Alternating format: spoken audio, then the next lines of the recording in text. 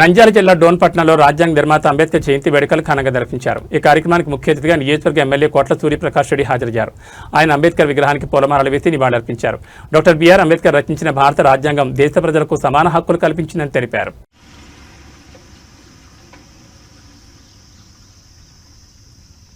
ఎవరిపైనా కూడా ఇంటికాడ ఏమ్మా నీ విషయం ఏం చెప్పని పలకరించి వాళ్ళ పనులు చేసి పెడతా ఉన్నాడు।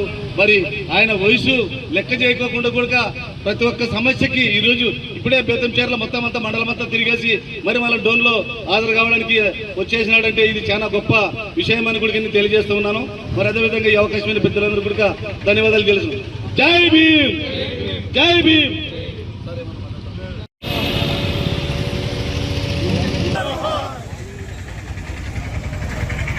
ప్రపంచంలో గొప్ప రాజ్యాంగాన్ని రచించి భారతదేశానికి కీర్తి ప్రతిష్టలను సంపాదించిన మహామేధావి డాక్టర్ బిఆర్ అంబేద్కర్ గారి 135వ జన్మదిన సందర్భంగా జయంతి సందర్భంగా ఈరోజు డోన్పట్నంలో ఘనమైన నివాళులు అర్పిస్తున్నాం।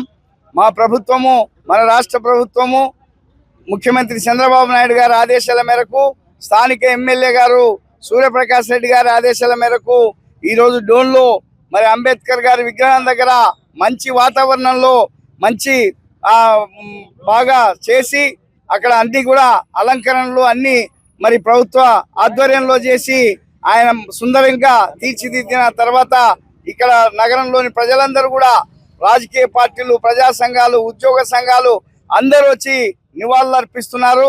మరి ఈ సందర్భంగా మేము తెలియజేసేది ఏమంటే అంబేద్కర్ గారి రాజ్యాంగం అందరికీ దిక్సూసి, భారత ప్రజాస్వామ్యానికి దిక్సూసి, పాలకులకు దిక్సూసి, రాజ్యాంగం ఉన్నంతకాలం, భారతదేశంలో ప్రజాస్వామ్యం ఉన్నంతకాలం అంబేద్కర్ గారు చిరస్మరణీయులు।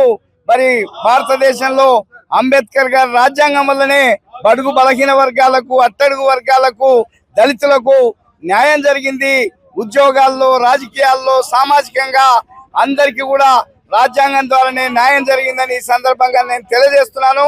అంబేద్కర్ గారి ఆశయ స్ఫూర్తిని తీసుకునే ఇవాళ మా రాష్ట్ర ప్రభుత్వం, మన రాష్ట్ర ప్రభుత్వము, చంద్రబాబు నాయుడు గారు కూడా పనిచేస్తున్న విషయాన్ని మనం చూస్తున్నాం। అంబేద్కర్ గారి జయంతిని ఈరోజు జరుపుకున్నాం। నిన్న లేదు మొన్న మహానుభావుడు పూలే గారి జయంతిని జరుపుకున్నాం। అంతకుముందు వాల్మీకి జయంతిని జరుపుకున్నాం। అంతకుముందు మల్లమాంబ కవిత్రి జయంతిని జరుపుకున్నాం।